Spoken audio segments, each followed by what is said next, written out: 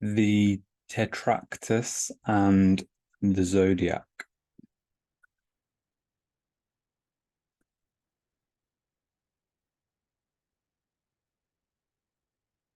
Bless us, divine number, thou who generated gods and men.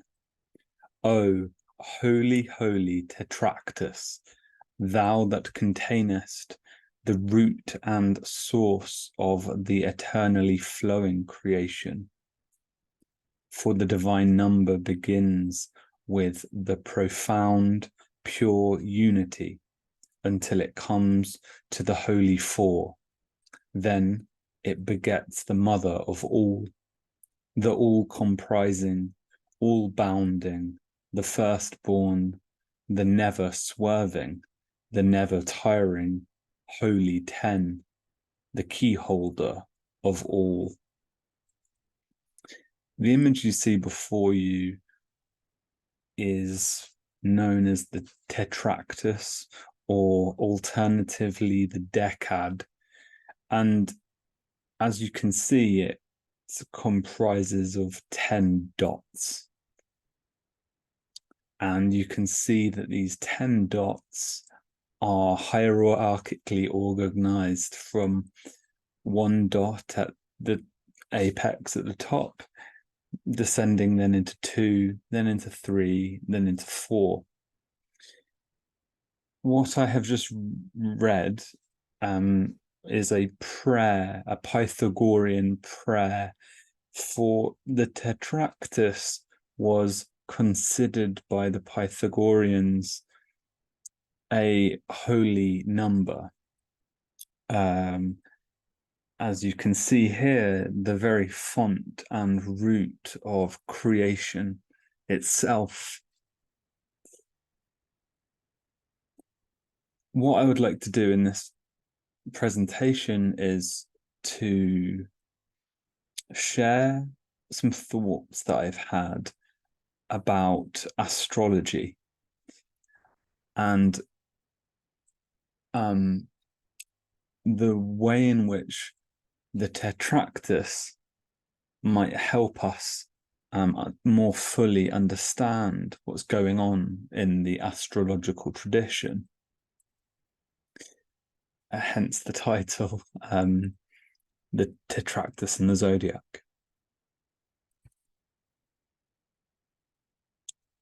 Yeah, so we have in the Tetractys a very interesting emanation or procession, starting at a monad, starting with a monad, that is a oneness, the number 1 being the root and prime of all subsequent number. This is to say that the number 2, 3, 4 are instantiated in their identity by multiplying them by 1. Take the number 1027.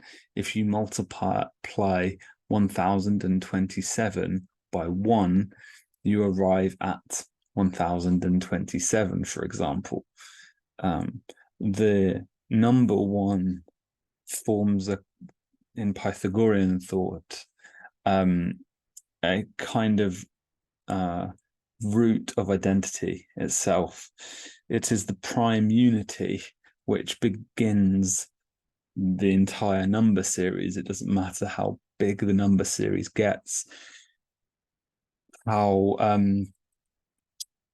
the degree to which multiplicity sort of unfolds. You can go up to millions and billions. The same applies. 1 is the first number and is the root of all identity of all subsequent numbers. Theologically, of course, the number 1 has a great significance. For example, the major monotheisms, Christianity, Judaism, and Islam, are connected by their monotheistic emphasis, the emphasis that God is one. God is the primal unity of all. So this idea of the one has great resonances through the history of philosophy and theology. It is taken up in particular in the Neoplatonic tradition, which sort of flows out of the Pythagorean understanding. So we have here a procession, an emanation, and the way in which the one begets the two, from the monad, the dyad, the basic duality, the poles of creation, heaven and earth, as is mentioned in the book of Genesis, or the Chinese yin and yang, the on and the off, the positive and the negative. This would be the second rung on our tetractys here, the one and the two. From the two proceeds the three, and from the three, the four. Now, how does all of this relate to astrology? Well, you see, the zodiac is a circle, and in the imagination, in the medieval imagination, it's a sphere which is beyond all of the seven spheres. So the sun and the moon and Mars and Venus and Mercury and Jupiter and Saturn, these are the spheres, the bodies which are local to us. The sun's light we see every day, of course, and the moon glistens in the night. And we can see Saturn by the naked eye from Earth. And these are the spheres, which comprise the cosmos. But the zodiac is sort of in this space outside of the seventh sphere, and it's kind of like an eternal, it's kind of like a circle, a wheel, and I mean, there's a lot to be said, of course, about the zodiac and the respective images, the animals, the images that are represented, and there are whole systems of astrology based on the very idea. But I wanted to start with the idea that it's a circle, that as the seasons, as the sun processes through time, as summer turns into autumn, as is happening now in England where I am, so autumn turns into winter, and winter turns into spring, and then spring turns into summer. So this is a cycle, is my point. This is a unit, a whole movement, and it doesn't matter which point in time you are, it's all revolving upon a kind of axis. And this axis I would like to associate with the monad, which we just discussed, the primordial unity of all. So, okay. But then when you get into the astrological schemes, the notion of the two becomes very important. Why? Because you have positive and negative signs. These are sun signs. The positive signs are the fire and air signs, and the negative signs are the earth and water signs. And as I mentioned previously concerning the dyad, which proceeds from the monad, these essentially represent heaven and earth and yang and yin energies. The symbolism here is incredibly rich, and I'll have to bracket an in-depth discussion of it here as I try to give a sort of brief overview of the association that I see between the Tetractys and the Zodiac. But it may be sufficient to say that, the positive energy is more extroverted, more outgoing, more enthused, more affirming, whilst the negative energy is more introverted, insular, and negating, sort of negating, pushing away, and the positives is more sort of coming forward and engaging. From an astrological viewpoint, all human personalities can have as their theme, or as have a significant dimension of either positive or negative energy, and this would depend on what the unique character of their sign might be.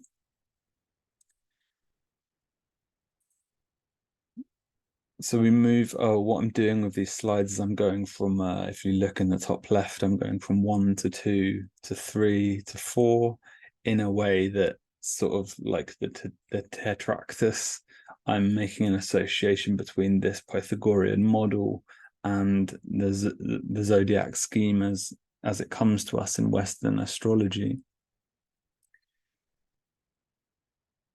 So from the monad to the dyad, here comes the 3, and so the 3 in astrology are the cardinal, the fixed, and the mutable. So that's cardinal here, fixed here, mutable here. I think I've got that right.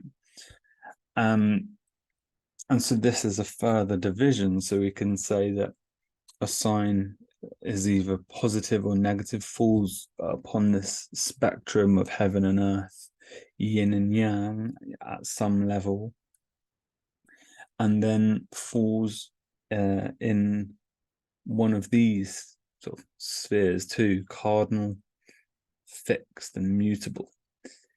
And like the basic thing with fixed and mutable is that fixed is resistant to change.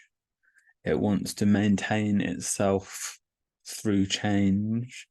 The mutable is capable of changing itself through change, embraces change, flows with, is fluid with change, dynamic.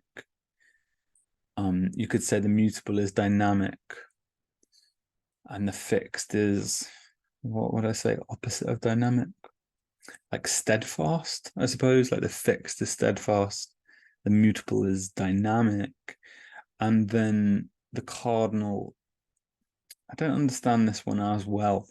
It's something like strong-willed, I think, or sort of like having a proactive intent of some way, like kind of a wanting to make something happen. So the mutable responds dynamically to change and changing conditions. The fixed wants to maintain itself through changing conditions. It's steadfast in that. Whereas the cardinal might want to sort of impose itself upon conditions or something like that. That's how I understand the 3 aspects here. And the 4th is, of course, the elements. So the fourth level in the zodiac are the four elements, and these four elements are fire, air, earth, and water. And as I have said, the positive heavenward elements are fire and air, and the negative earthward elements are earth and water. And so this elemental scheme goes back to the pre-Socratic philosopher Empedocles, who actually considered these four to be gods, divinities, which intermingle and mix through the primordial forces of eros, or love, which binds things together, and strife or hate, which tears things apart into discord. So discord and harmony of love and discord of hate were the two primal forces in the like understanding of Empedocles. And he thought that all things were fiery, airy, earthy, watery, and that love and hate was sort of continually reconstituting and recomprising these elements at a cosmic level. Empedocles is interesting. I'm going to do a separate presentation on him and his thought, because I recently read something by the historian Peter Kingsley, which was specifically on the figure of Empedocles, and there's much more to be said about this idea of the elements, where it comes from, what it might mean. Regardless, it has come to us through tradition. This model which Empedocles advanced has textured and permeated the entire Western tradition for many centuries, and Western astrology is a place where its mark can still be felt. So this is an overview of, what I thought was like an association, a relationship between the Pythagorean Tetractys and Western astrology. We have the monad, the center, from which all things flow, the axis of the circle. We have this splitting into a dyad, into a duality of heaven, earth, yang, yin, positive and negative. This duality further differentiating into the fixed, the cardinal, the mutable, and this further differentiating into an elemental association. So from an astrological viewpoint, as I understand it, each human personality, you, me, any human that has been born, their nativity occurs at a particular moment in all this. And as such, there is a prevailing sun sign, there is a prevailing sort of house in which a person's nativity occurs, and that this house will have an elemental association down here, an association with the fixed, the mutable, or the cardinal down here, and an association with the heavenly, earthly, positive and negative up here. Interestingly, this idea of the one is kind of, I've left it a bit sort of, I don't know, mysterious or ineffable or something like that. That's because the whole notion of the one deserves more further elaboration, because what we're talking about here is really a geometric point. That means an unextended space. It's like it's hard to grasp because it is the source of all grasping. So to say, like, it's kind of like the two, when you get positive and negative, when you get heaven and earth, now you can start to get a grip on, like different meanings, and the human mind can start to, these are the very primordial categories of intelligibility, but to get past those two is hard. I think there's an intuition. I think it's true that metaphysically speaking, reality is united at some basic level. And I think this intuition is shared by the major world religions and many different philosophical worldviews and viewpoints. But I'm just saying that it's quite nebulous, in the same way that the point of a compass, when you put the compass down on a piece of paper, is like nebulous, and then you can draw a circle from that. You can start to construct geometric patterns, but the actual point of origin, say, is like the source of it all, the root of it all, the crux of it all, and yet difficult to put one's finger on, so to speak. And so there's an analogy actually with the one and like personality, because this is something that in like the study of personality generally, you could consider, Jungian personality tests like Myers-Briggs. You've got the big five personality models, the different ways in the 20th century that personality has tried to be modeled. You have the medieval idea of like the four humors too, based on the theory of the elements.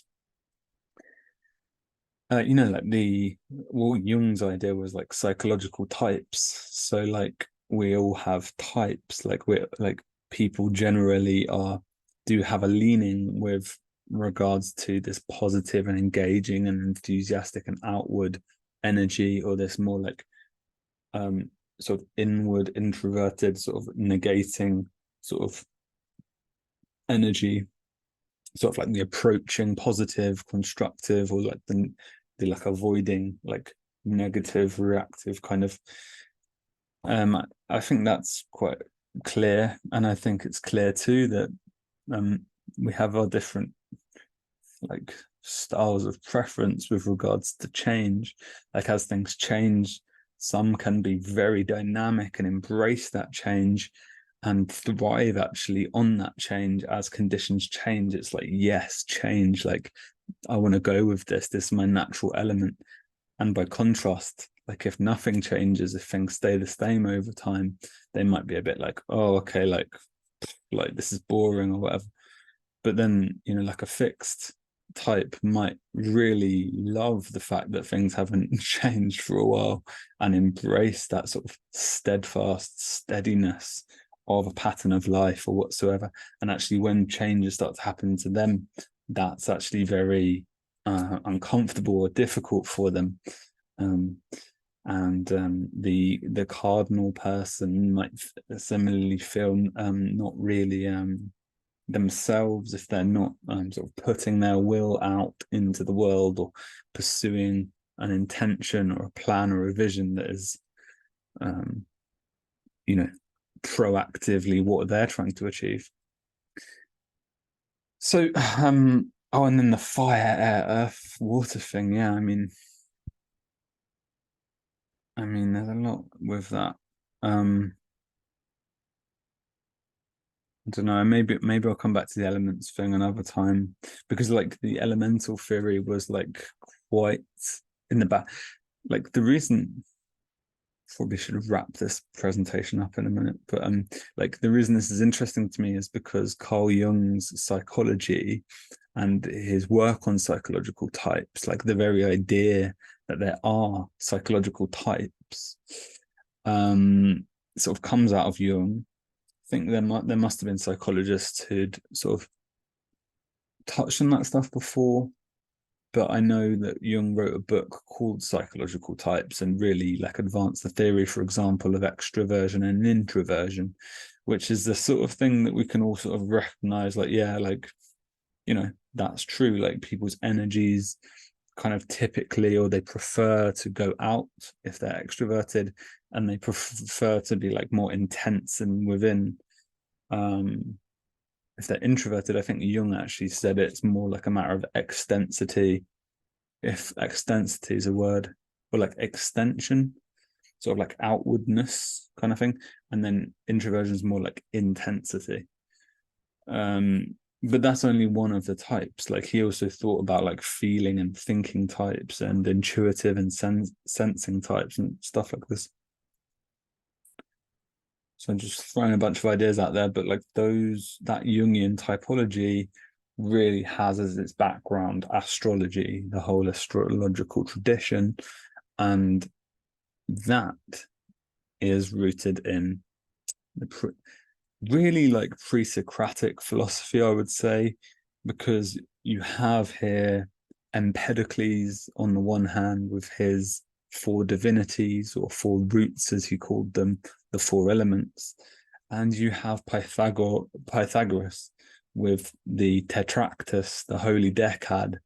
It fascinates me that you have these two pretty mysterious figures, ancient figures, who were thinking in Greece before the time of Plato, and in their intuitions, they seem to have captured something very deep and insightful about the structure of the human soul, really, like the way that human beings are.